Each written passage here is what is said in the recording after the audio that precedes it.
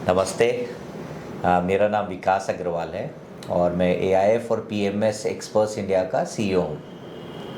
देखिए, एआईएफ जो होता है वो अल्टरनेटिव इन्वेस्टमेंट फंड है, जिसमें मिनिमम इन्वेस्टमेंट जो थ्रेशोल्ड है, जो हमारे रेगुलेटर सेबी ने बनाया है, वो मिनिमम इन्वेस्टमेंट 1 करोड़ का है।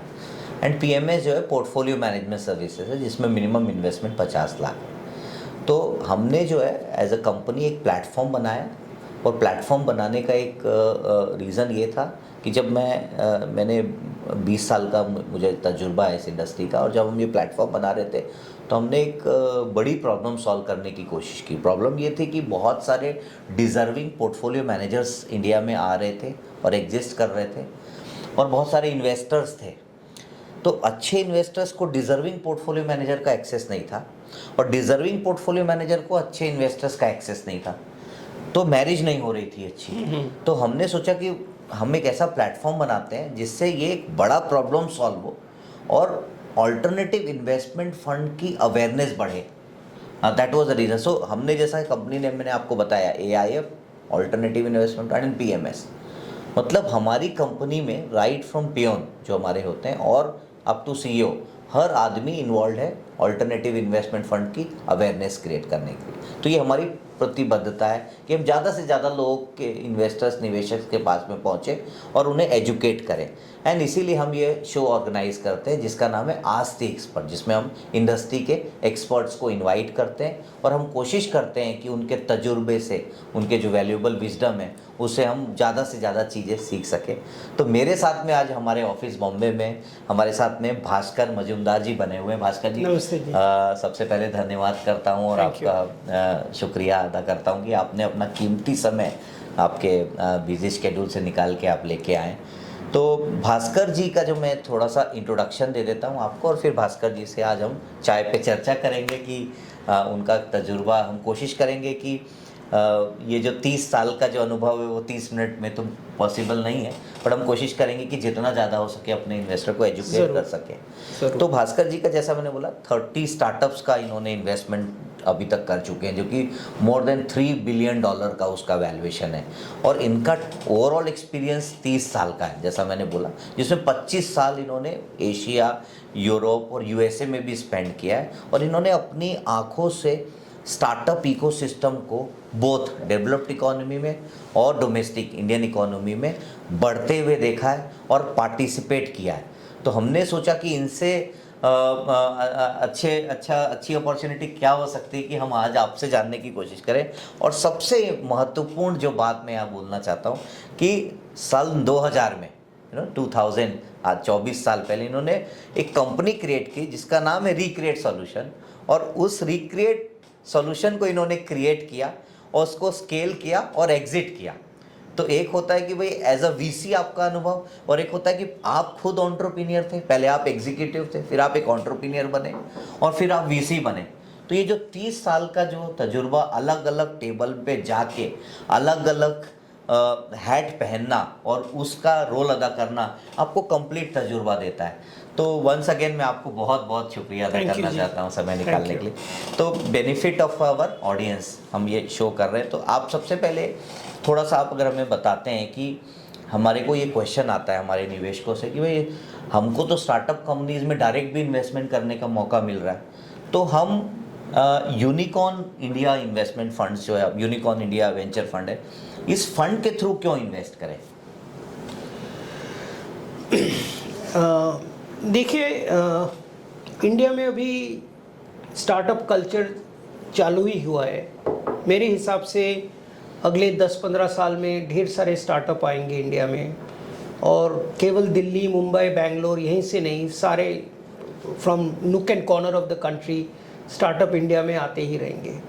और आपके पास, कोई भी इन्वेस्टर के पास, I am sure local company हो या जहाँ की भी कंपनी हो, आएंगे फंडिंग के लिए। बस स्टार्टअप में चेक लिखना तो एक बात है, मुश्किल का बात है, बट मेरे हिसाब से that is the easiest thing to do in a startup. एक स्टार्टअप इतना अर्ली स्टेज कंपनी होता है कि उसमें ढेर सारा अलग अलग टाइप का काम लगता है। कॉन्स्टेंटली आपको उन कंपनी फाउंडर जो होते हैं उनको मेंटरशिप देना पड़ता है, उनको किस तरह से रियल वर्ल्ड में वो लोग अगर यंग होगा तो उनको उतना तजुर्बा नहीं होगा, वो हिसाब से उनको कोचिंग देना पड़ता है, मेंटरशिप देना पड़ता है।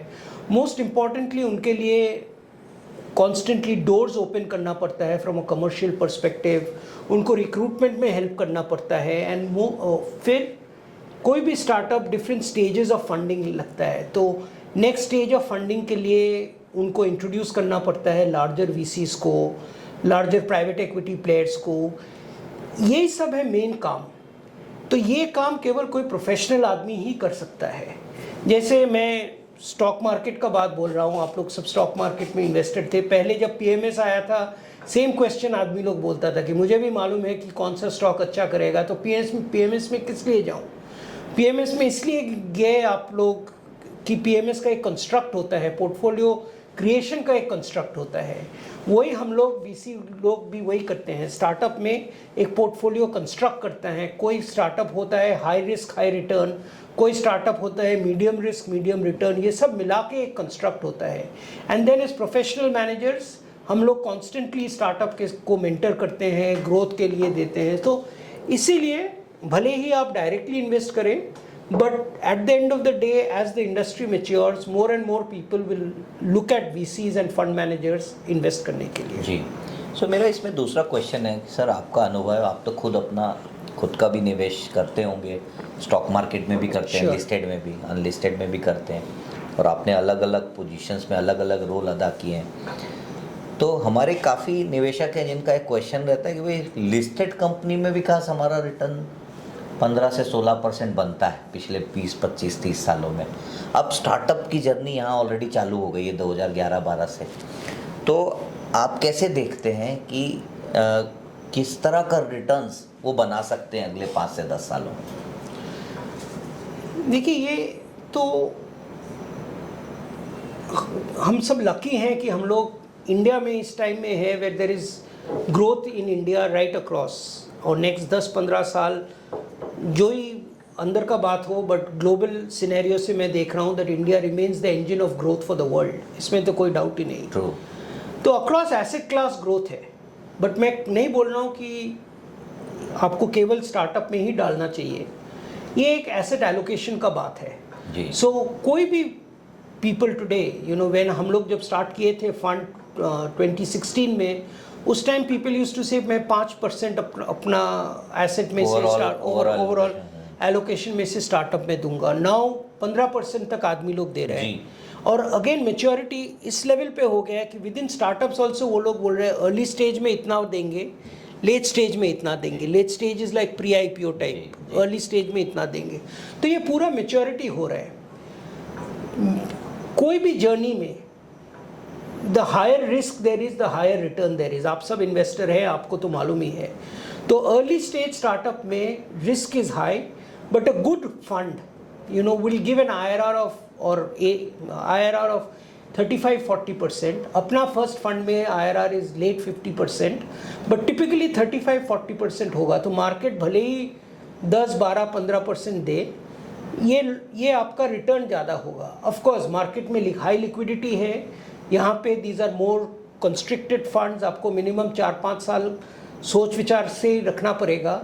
सो एक 10% हो, 15% हो आपका ओवरऑल एलोकेशन में से, ये केवल स्टार्टअप के लिए आपको इन्वेस्ट करना पड़ेगा। जी, बहुत अच्छी आपने पॉइंट बताई भास्कर जी की अभी ये समय आ रहा है जब हम एज एन इन्वेस्टमेंट मैनेजर अपने क्लाइंट से बात करते हैं कि एलोकेशन अभी 100 रुपये में 20 रुपये तक इंचअप हो रहा है। जैसा आपने बोला, उसमें 10 रुपये आप स्टार्टअप में कर दीजिए और 10 रुपये आप लेट स्टेज में कर दीजिए। और हमारा जो तजुर्बा रहा है पिछले 8 साल से, मैं जो देख रहा हूँ कि जो हमारे इन्वेस्टर है, और ये स्टडी हमने की है, और इनफैक्ट अभी मेरा एक इंटरव्यू था इकोनॉमिक टाइम्स में जिसमें मैंने इन्वेस्टर्स को इस बात से अवगत कराया कि 20% पैसा अगर उन्होंने डाला तो उनके जो एवरेज रिटर्न जो 16-17% बन रहे थे, वो इंचअप होकर 24-25% बन गए। क्योंकि प्राइवेट इक्विटी का जो स्टार्टअप का जो रिटर्न्स आया एवरेज, आपके फंड का तो एक्स्ट्रा ऑर्डिनरी रिटर्न आया 50%, बट मैं इंडस्ट्री की भी बात करता हूँ तो 35% का रिटर्न आया इंडस्ट्री का। तो 35% से भी वो इंचअप हो जाता। तो ये रीज़न 2 हैं इसके, एक है डिवर्सिफिकेशन और दूसरा है हायर रिटर्न्स। बट मेरा इसमें क्वेश्चन है कि आपने बोला कि स्टार्टअप में रिस्क ज़्यादा है, तो रिस्क का मतलब क्या है? जब एक फंड के थ्रू अगर करते हैं और सपोज इन्होंने 1 करोड़ रुपए आपको कमिट किया, तो इनका क्या रिस्क है? रिस्क जैसे क्या हुआ इंडिया में, जो यूएस में 40-50 साल में हुआ वो आपका 8-10 साल में इंडिया में हो रहा है। तो रिस्क यही होता है कि you have to be careful of the startups and the fund manager whom you are backing, because एक ज़माना था 2018, 19, 20 में जब ये स्टार्टअप कल्चर आ रहा था, सब लोग बोलता था कि मैं स्टार्टअप इन्वेस्टर हूँ, एंड वो time lot of people who made investments in startup did lose money. So मेरे हिसाब से अभी मेच्योरिटी थोड़ा बहुत आ गया है और आ रहा है। रिस्क यही है कि आपको एक तो डायरेक्ट इन्वेस्टमेंट्स को अवॉइड करना चाहिए, बिकॉज एक साल में अगर आप 4-5 इन्वेस्टमेंट करें, इससे आप पैसा नहीं बना सकते स्टार्टअप में। स्टार्टअप में अगर करना है आपको continuously year after year for 5-6 years एक रेगुलर अमाउंट करते रहना चाहिए, then only you do away with the annual cycles and everything else. अचानक आप जाके एक साल में 4-5 स्टार्टअप में अगर बनाएंगे, it is a recipe for disaster. वो हिसाब से बेस्ट है कि आप कोई भी फंड मैनेजर जिसको ट्रस्ट करते हैं उनको बैक कीजिए, and they will allocate, they will do the diversification on your behalf. नहीं, बट मेरा इसमें, सॉरी टू इंटरप्ट, मेरा एक क्वेश्चन था कि देखिए, एक रिस्क है कि आप इंडिविजुअल किसी कंपनी को बैकअप करते हैं, बट अगर फंड लेवल पे आपके पास में वीसी के पास आते हैं जिसमें आप ऑलरेडी 15-20 कंपनी वेल रिसर्च करती है और 1 करोड़ रुपए आप ड्रॉ डाउन करते हैं over a period of 2 years, 25 lakh 4 lakh जो भी आप 2 साल 3 साल में करते हैं, और उसको 3 से 4 साल देते हैं कंपनी को स्केल करने के लिए, तो इसमें तो मुझे मेजर ड्रॉ डाउन तो नहीं दिखता है। नहीं, एट अ फंड लेवल अगर आप करोगे and you are backing the right fund manager, इसमें रिस्क ज़्यादा कुछ नहीं है। एक तो कंपनी राइट ऑफ होगी, वैल्यू हो गई, वो तो होना ही है। तो 20 में अगर 4 हो गई तो 16 कंपनी तो आपको रिटर्न्स देगी।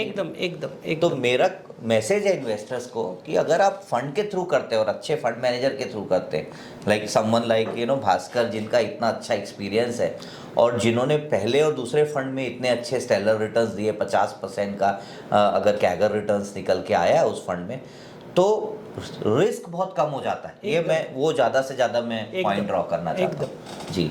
अब थोड़ा सा फंड के बारे में बात करते हैं। तो जैसे कि आप यू आर द को फाउंडर एंड मैनेजिंग पार्टनर, तो आप थोड़ा सा बताइए अपनी टीम के बारे में, दूसरा थोड़ा सा फंड के बारे में कि क्या ड्यूरेशन है, कौन से सेक्टर में कंपनी लेते हैं, कैसे लेते हैं, और कितने समय तक इन्वेस्टर को रुकना और किस तरह का रिटर्न वो एक्सपेक्ट कर सकते हैं इसमें। तो मैं ये फंड 2016 को स्टार्ट किया था। उसका पहले 2 एग्जिट हुआ, मेरा खुद का, और उसका पहले स्टार्टिंग ऑफ माय लाइफ मैं कॉर्पोरेट एग्जीक्यूटिव था in London and in India.